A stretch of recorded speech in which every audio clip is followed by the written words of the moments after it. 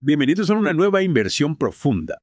Ya les advierto que el tema de hoy es bastante intenso, no apto para cardíacos. Ya. Vamos a entrarnos en el caso de David Parker Ray, conocido como el asesino de la caja de juguetes. Prepárense porque vamos a explorar los rincones más oscuros de la mente humana. Lo que me llama la atención de este caso es que si bien Ray fue condenado por secuestro y tortura, nunca fue acusado de asesinato. A pesar de las fuertes sospechas y las acusaciones de sus cómplices, ¿cómo es posible que alguien que infligió tanto dolor pudiera evadir la justicia por el crimen más grave? Esa es una de las grandes preguntas que intentaremos responder hoy. Basándonos en la página de Wikipedia de Ray, analizaremos las pistas que tenemos. Pero, como verán, este caso está lleno de misterios y preguntas sin respuesta. Es como asomarse a un abismo de crueldad y secretos. Exacto. Hay una tensión constante entre lo que sabemos que sucedió y la gran cantidad de incógnitas sobre la posible escala de sus crímenes. Uno de los mayores desafíos es intentar comprender cómo un ser humano puede transformarse en un monstruo capaz de tales atrocidades. Para intentar comprenderlo, empecemos por el principio. La información que tenemos sobre la infancia de Ray es bastante inquietante. Wikipedia menciona una infancia difícil, marcada por la exposición a pornografía sadomasoquista a una edad muy temprana y por el acoso escolar constante. Podríamos decir que estas experiencias tempranas son la raíz de su comportamiento posterior. Esa es una pregunta clave en este caso y en muchos otros que involucran a criminales violentos. Si bien nada justifica las acciones de Ray, comprender su pasado nos puede ayudar a identificar posibles detonantes de su comportamiento desviado. La exposición temprana a la violencia y la humillación pueden dejar cicatrices profundas en la psique de un niño, deformando su visión del mundo y las relaciones humanas. Es como intentar armar un rompecabezas, buscando esos momentos formativos que podrían haberlo encaminado por esa senda tan oscura. Pero incluso con ese contexto, el nivel de premeditación y crueldad que mostró es simplemente escalofriante. Totalmente. Aquí es donde entra en juego la caja de juguetes. No se trata solo del lugar donde cometió estas atrocidades, sino que también es un testimonio de su meticulosa planificación y la profundidad de su depravación. Cada detalle de esa caja, cada instrumento de tortura, estaba diseñado para infligir el máximo dolor y humillación a sus víctimas. La página de Wikipedia la describe como un remolque modificado, insonorizado y equipado con una serie de dispositivos de tortura que te ponen los pelos de punta. Puedes imaginarte el nivel de terror psicológico que debieron soportar sus víctimas en ese lugar. Es casi incomprensible. Y luego está el detalle del espejo colocado sobre la mesa. No era suficiente para reinfligir dolor, quería que sus víctimas fueran plenamente conscientes de su sufrimiento, que se vieran a sí mismas en ese estado de vulnerabilidad total. Es pura maldad. Y hablando de las víctimas, el artículo menciona una serie de casos sospechosos, que realmente nos dan una idea de la posible magnitud de sus crímenes. Tenemos a Billy Ray Bowers, un antiguo socio comercial de Ray, cuyo cuerpo fue encontrado envuelto en una lona. Jill Troya, que desapareció tras una discusión con la hija de Ray. Y Mary Parker, cuyo asesinato confesó un cómplice, pero cuyo cuerpo nunca se encontró. Cada uno de estos casos representa una vida truncada, una familia destrozada por la crueldad de Ray. Y luego están los restos no identificados encontrados en una arpillera. Es desgarrador pensar en cuántas familias podrían seguir buscando respuestas décadas después. Es una tragedia, agravada por el hecho de que puede que nunca sepamos toda la verdad. Se menciona un diario que Ray llevaba, en el que detallaba sus crímenes, pero no revela los lugares de enterramiento de sus víctimas. Es como si quisiera burlarse de las autoridades incluso desde la tumba. Sin embargo, en medio de toda esta oscuridad, hay un rayo de esperanza. La historia de Cynthia Beischel. La fuga de Bichel fue un auténtico milagro. Huir de ese remolque llevando solo un collar de esclava y cadenas y tener el valor de conducir a las autoridades de vuelta a Ray es un testimonio de la fuerza del espíritu humano. Su valentía puso fin al reino de terror de Ray. Y eso es algo que nunca debemos olvidar.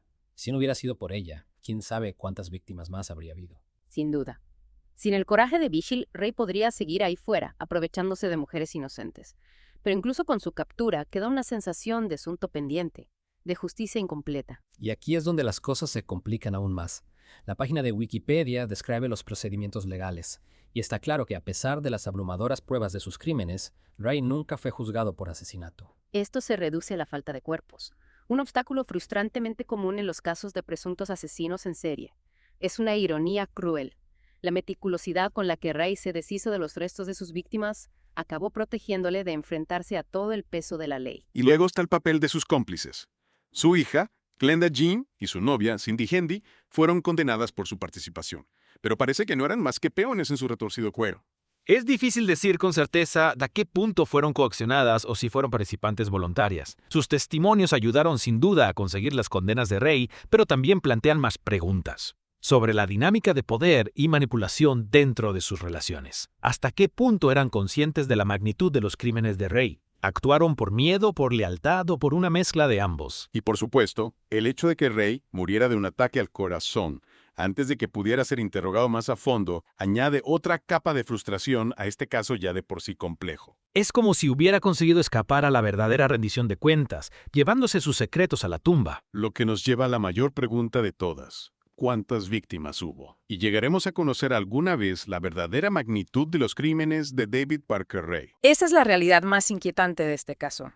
El artículo de Wikipedia menciona que las autoridades creen que podría haber hasta 60 víctimas, pero sin cuerpos es increíblemente difícil de confirmar. Cada una de esas posibles víctimas representa una historia que nunca se contará, una familia que nunca tendrá respuestas. Pensar que hay familias que aún no saben qué les pasó a sus seres queridos es desgarrador. Es como si el dolor y la incertidumbre se extendieran mucho más allá de las paredes de la caja de juguetes. Y es por eso que este caso sigue fascinando y horrorizando a partes iguales. Representa un choque brutal entre los impulsos más oscuros de la naturaleza humana y los límites de nuestro sistema judicial. Nos recuerda que incluso ante pruebas aparentemente irrefutables, a veces la verdad permanece esquiva. ¿Cómo podemos protegernos de un monstruo que se esconde en las sombras, que borra sus huellas y manipula la realidad para su propio beneficio? Precisamente. Y eso nos lleva al legado del asesino de la caja de juguetes. ¿Cómo podemos dar sentido a un caso como este? ¿Qué podemos aprender de él? Bueno, el artículo de Wikipedia menciona algunos de los desafíos de la investigación. Los métodos meticulosos de Ray, en particular el uso de drogas para inducir la amnesia en sus víctimas, estaban claramente diseñados para borrar sus recuerdos y dificultar cualquier posible investigación. Es una táctica que habla de su astucia y su conocimiento de cómo explotar las debilidades del sistema legal. Básicamente, creaba una situación en la que los propios recuerdos de sus víctimas podían utilizarse en su contra. Es como si estuviera jugando un juego macabro en el que él tenía todas las cartas. Un juego en el que la vida de sus víctimas era solo una pieza que podía mover a su antojo. Y en cierto modo lo estaba haciendo. Entendía el poder del miedo y la manipulación y lo usaba a su favor. Pero lo que también es importante recordar es que no operaba en el vacío. Tenía cómplices que, por la razón que fuera, se vieron arrastrados a su red de depravación. Cierto. Y esa es otra capa de complejidad en este caso. ¿Qué motiva a alguien a ser cómplice de actos tan horribles? Fue la lealtad, el miedo, una oscuridad compartida. Esas son preguntas con las que los psicólogos y criminólogos siguen lidiando. No hay una respuesta fácil, y cada caso es único. Pero en el caso de Ray, parece que era un maestro de la manipulación, capaz de identificar y explotar las vulnerabilidades de quienes le rodeaban. Es un recordatorio de que el mal a menudo se esconde a plena vista y de que puede adoptar muchas formas. A veces es el líder carismático que inspira una devoción ciega. Otras veces es la persona aparentemente normal que alberga un oscuro secreto. Y es por eso que los casos como este son tan importantes de estudiar. Nos obligan a confrontar las incómodas realidades del comportamiento humano y a reconocer que la oscuridad puede existir incluso en los lugares más inesperados. Es también un duro recordatorio de la importancia de la vigilancia y la concienciación. Debemos estar atentos a las señales de abuso y manipulación y debemos crear una cultura en la que las víctimas se sientan seguras para denunciar. Por supuesto, no podemos permitirnos ser ingenuos sobre el potencial del mal en el mundo, pero podemos empoderarnos a nosotros mismos y a los demás con el conocimiento y la concienciación. Y eso es gran parte de lo que intentamos hacer aquí con esta inmersión profunda. Arrojar luz sobre los rincones más oscuros de la experiencia humana y ayudar a nuestros oyentes a comprender mejor la complejidad de casos como el de David Parker Ray. No es fácil enfrentarse a estos temas, pero es esencial si queremos crear un mundo más seguro y justo. Entonces, ¿a dónde vamos a partir de aquí? ¿Cuáles son las principales conclusiones de este perturbador viaje a la mente de un monstruo? Bueno, para mí subraya la importancia de no renunciar nunca a la búsqueda de la verdad y la justicia. Incluso cuando un caso parece cerrado, puede haber preguntas sin respuestas, súplicas de resolución sin atender. Y aunque el propio Ray ya no está, el impacto de sus crímenes sigue resonando. Todavía hay familias que buscan respuestas, que siguen lidiando con el trauma de lo sucedido. ¿Cómo podemos ayudarles a encontrar la paz que tanto anhelan? Por eso es crucial mantener vivas estas historias, honrar a las víctimas y aprender del pasado. Debemos recordar que detrás de los titulares, detrás de los detalles escabrosos, hay vidas reales que han sido destrozadas por la crueldad. Y quizás, al comprender las motivaciones y los métodos de alguien como David Parker Ray, podamos ser más hábiles para reconocer y prevenir que estos horrores vuelvan a ocurrir. Es una tarea desalentadora, pero que debemos emprender si realmente queremos marcar la diferencia. Para profundizar aún más en la mente de Ray, vamos a analizar algunos de los detalles específicos de sus crímenes, tal y como se describe en el artículo de Wikipedia. Va a ser una conversación dura, pero creo que es importante entender realmente la profundidad de su depravación. Estoy de acuerdo. Al examinar los detalles de sus acciones, podemos comprender mejor su modus operandi y quizás incluso identificar patrones que podrían ayudarnos en futuras investigaciones. Empecemos con su elección de víctimas. El artículo de Wikipedia menciona que solía dirigirse a mujeres que eran vulnerables de alguna manera. Quizás no tenían hogar, luchaban contra la adicción o simplemente estaban en una situación difícil. Esa es una táctica habitual entre los depredadores. Se aprovechan de aquellos que tienen menos probabilidades de ser creídos o que pueden no tener un sistema de apoyo sólido. Es como si buscaran personas que ya están marginadas, que pueden no tener los recursos o la confianza para defenderse. Exactamente. Y es por eso que es tan importante construir comunidades fuertes y redes de apoyo para asegurar que todos se sientan seguros y valorados. Se trata de crear una sociedad en la que los depredadores no puedan explotar fácilmente a los más vulnerables. Y ese es un objetivo por el que vale la pena luchar, aunque a veces parezca una batalla cuesta arriba. Hablemos ahora de la propia caja de juguetes. La entrada de Wikipedia entra en bastantes detalles sobre la disposición y los diversos dispositivos de tortura que se encontraron en su interior. Es un escalofriante testimonio del nivel de premeditación y crueldad del que era capaz Ray. No se limitó a improvisar, sino que planeó y construyó cuidadosamente esta cámara de los horrores. Y el artículo menciona que incluso tenía una cinta de audio que ponía a sus víctimas, en la que detallaba sus retorcidos planes y se regodeaba con su miedo. Es un nivel de tortura psicológica realmente perturbador. No se contentaba con infligir dolor físico, sino que quería romper el espíritu de sus víctimas, dejarlas sintiendo una impotencia absoluta. Es como si quisiera crear una pesadilla viviente. Un escenario en el que sus víctimas se vieran constantemente recordadas de su vulnerabilidad y de su control absoluto. Y eso es lo que hace que este caso sea tan profundamente inquietante.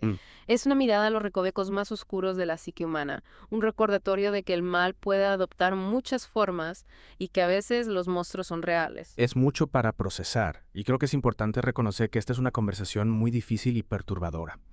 Pero también creo que es esencial tener estas conversaciones, confrontar la oscuridad de frente y aprender del pasado. Estoy de acuerdo. No podemos permitirnos rehuir estos temas, por muy incómodos que sean. Solo enfrentándonos a ellos directamente podemos esperar evitar que tales atrocidades vuelvan a ocurrir. Es un mensaje poderoso y creo que resuena profundamente con cualquiera que haya seguido este caso, pero también nos deja con muchas preguntas sin respuesta.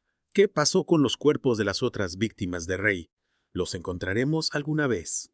Ese es el legado más inquietante del asesino de la caja de juguetes, ¿verdad? Saber que probablemente hay familias que aún no tienen un cierre, que tal vez nunca sepan lo que realmente les sucedió a sus seres queridos. Y te hace preguntar qué habría pasado si Ray hubiera vivido. ¿Habría revelado finalmente la ubicación de los restos de sus víctimas? ¿O se habría llevado esa información a la tumba dejando a esas familias en un limbo perpetuo? Es una idea escalofriante y habla de la profunda crueldad en el corazón de este caso. Ray no era solo un sádico, era un maestro de la manipulación que parecía deleitarse con el sufrimiento ajeno incluso más allá de la tumba. Es como si quisiera dejar un resto de preguntas sin respuesta para perpetuar el miedo y la incertidumbre que infligió a sus víctimas. Un fantasma que sigue atormentando a aquellos que dejó atrás. Y por eso es tan importante recordar que aunque el propio Ray haya desaparecido, el impacto de sus crímenes sigue resonando. Todavía hay supervivientes que luchan por reconstruir sus vidas, que están atormentados por los recuerdos de lo que sufrieron. Sus historias son un testimonio de la resistencia del espíritu humano, pero también sirven como un crudo recordatorio del daño duradero que puede infligir un trauma de este tipo. ¿Cómo podemos como sociedad brindarles el apoyo y la comprensión que necesitan para sanar? Y por eso es crucial proporcionar apoyo y recursos a los supervivientes de abusos para ayudarles a sanar y para empoderarlos a recuperar sus vidas. Se trata de reconocer que el camino hacia la recuperación es a menudo largo y arduo y que los supervivientes merecen nuestra compasión y comprensión inquebrantables. No se trata de olvidar, sino de aprender a vivir con el peso de la experiencia y encontrar la fuerza para seguir adelante. También se trata de crear una sociedad en la que no se toleren los abusos, en la que se crean las víctimas y se las apoya, y en la que los autores rindan cuentas de sus actos. Se trata de construir un mundo en el que casos como el de David Parker Ray se conviertan en un recuerdo lejano, una advertencia de una época más oscura. Es un objetivo noble, pero por el que debemos luchar si realmente queremos crear un futuro mejor para todos. Bien dicho. Y con esto quiero dar las gracias a ustedes, nuestros oyentes, por acompañarnos en esta difícil pero importante inmersión profunda. No es fácil enfrentarse a los aspectos más oscuros de la naturaleza humana, pero creo que es esencial si queremos aprender del pasado y evitar que estos horrores vuelvan a ocurrir. Si están interesados en profundizar en este caso, hay una serie de recursos disponibles en línea, incluyendo documentales, artículos y testimonios de supervivientes. Les animamos a que busquen estos recursos y a que continúen la conversación. Recuerden que el conocimiento es poder, y al iluminar los rincones más oscuros podemos ayudar a crear un futuro más brillante para todos. Gracias por acompañarnos en esta inmersión profunda.